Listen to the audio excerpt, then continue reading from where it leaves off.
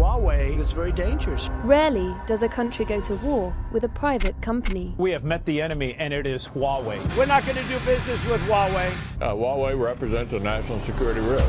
But is this really about Huawei, or is it something bigger than that? A headline drops that makes Silicon Valley freeze. China announces a 1 nanometer chip. Not a roadmap, not a prototype, but a working chip. If you believe the hype, they've achieved what TSMC and Samsung won't reach until 2027 or later. But here's what nobody's telling you. The reality is far more complicated than the headlines suggest. In April 2025, researchers at Fudan University, led by professors Zhao Peng and Bao Wenzhong, published findings in the journal Nature about a chip called Wuji. This 32-bit RISC-V microprocessor uses 2D materials like molybdenum disulfide instead of traditional silicon. The chip contains 5,900 transistors and has a thickness of less than 1 nanometer. That's the truth behind the sensational claims. But let's be clear about what this actually means. This is a research prototype. It's not mass production. It's not powering smartphones or data centers. The previous record for 2D semiconductor circuits was just 115 transistors in a 2017 chip from Vienna University of Technology.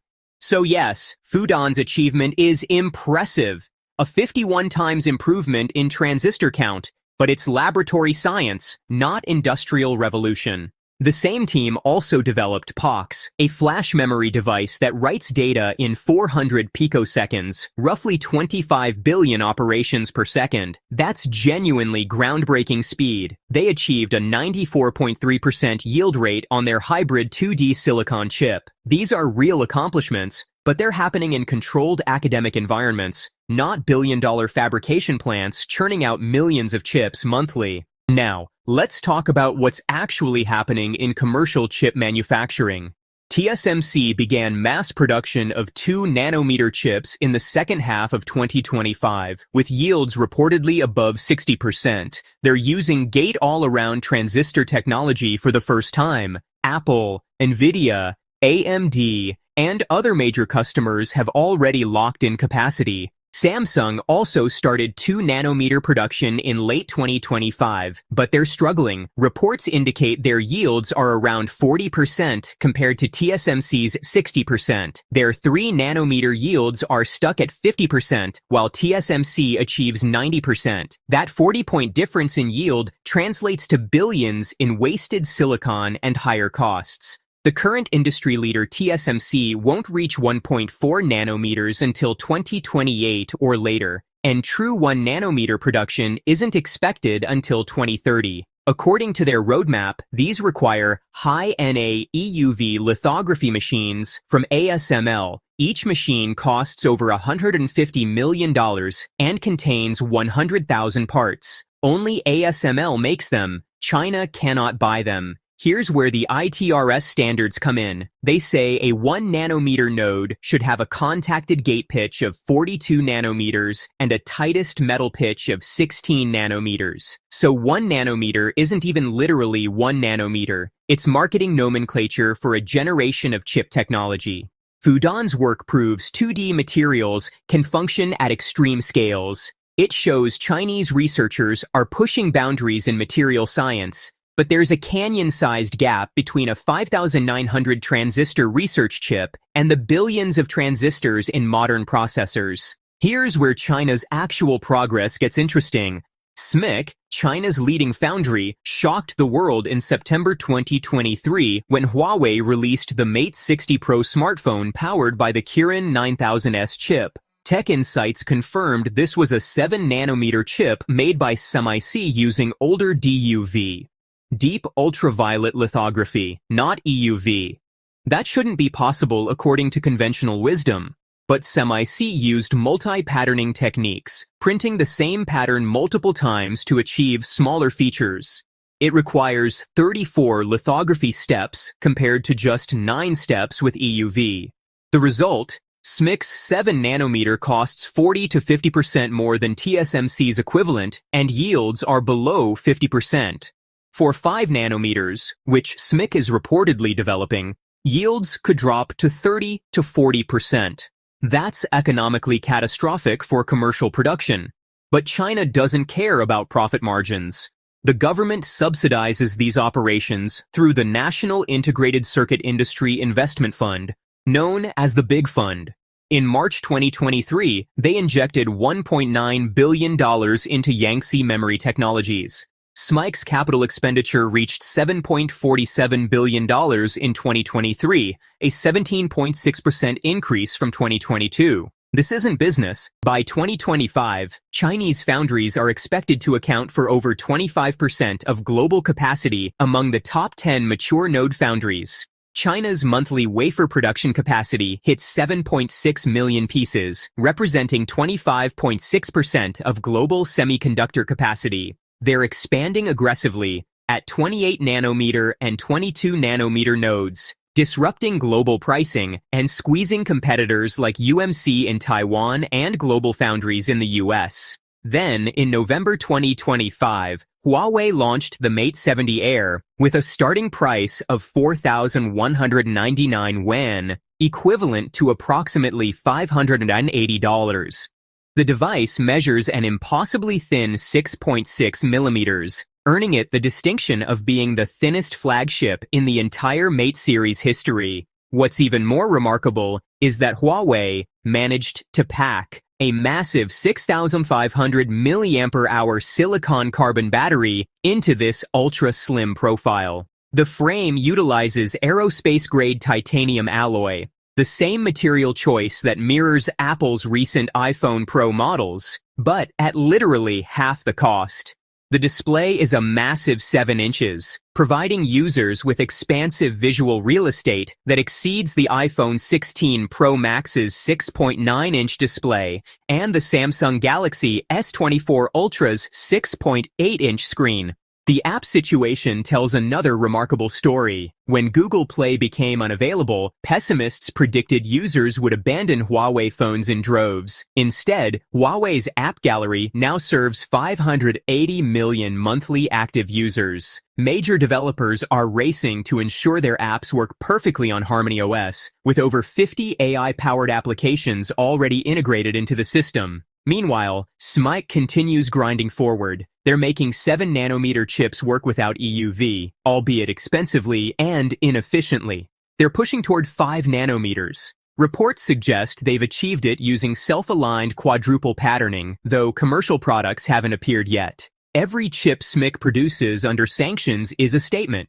Not that they've caught up, but that they won't stop trying. The US responded by tightening restrictions. In November 2024, TSMC stopped shipping 7-nanometer and below chips to Chinese AI companies. The Netherlands partially revoked ASML's export licenses for DUV machines to China. In December 2024, US prosecutors revealed Operation Gatekeeper, uncovering a smuggling network that moved $160 million worth of NVIDIA H100 H200 GPUs to China between October 2024 and May 2025. The tech war escalates daily. But the real bombshell came in March 2025. Photos surfaced from inside a Huawei facility in Dongguan showing something that should not exist. China appears to have built a working EUV machine using a completely different technology called laser-induced discharge plasma. Trial production is scheduled for the third quarter of 2025, with mass manufacturing targeted for 2026. ASML's monopoly exists because EUV lithography is outrageously difficult.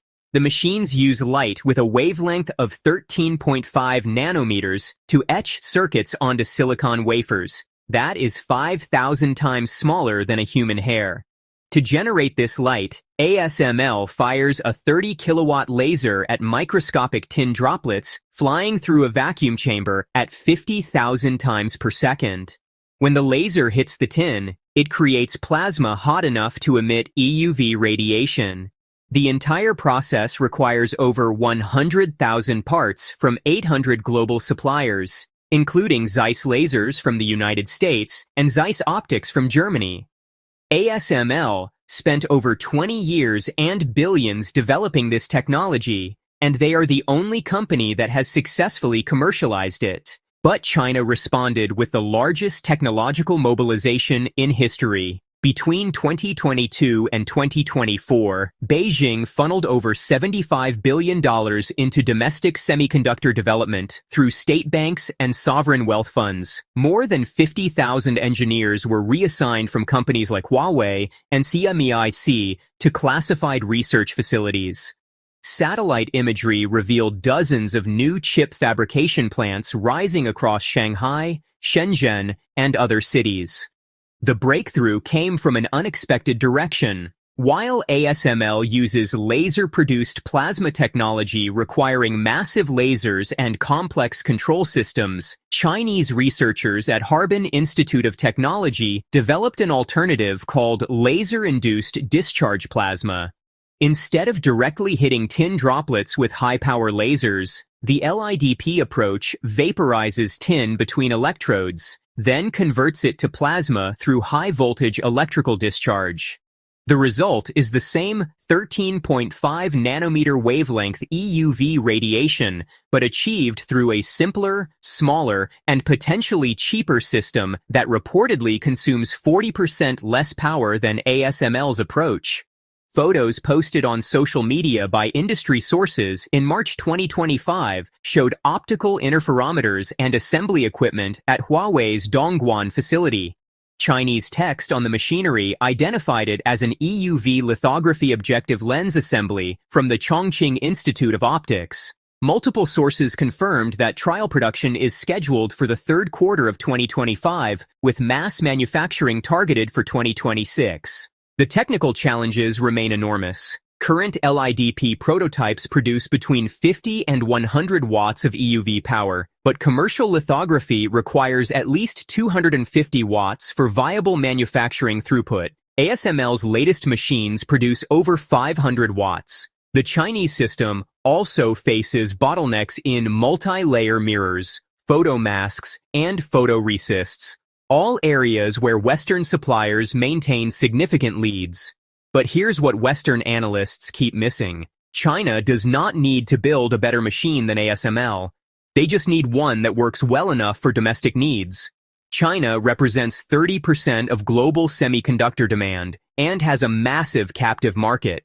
Military and strategic applications do not require cutting-edge yield. Even a 70% effective Chinese EUV machine would be revolutionary for Chinese chipmakers currently stuck using expensive multi-patterning workarounds. ASML stock dropped 7% in March when news of China's EUV testing emerged. The company made 42% of its third quarter 2025 sales to China, primarily older DUV machines. ASML plans to build 20 high-NA EUV machines per year by 2028 at $380 million each, targeting customers like Intel, TSMC, and Samsung.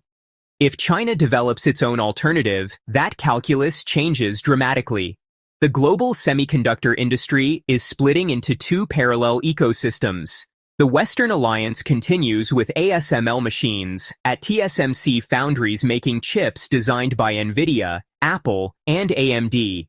Meanwhile, China is building an entirely separate system with domestic EUV machines at SMIC foundries producing chips designed by Huawei and Cambricon. For AI development, this matters enormously. Every advanced AI model from ChatGPT to Claude runs on NVIDIA chips made with ASML machines. If China gains independent EUV capability, Chinese AI companies like DeepSeek, Baidu, and Alibaba will no longer face chip access bottlenecks.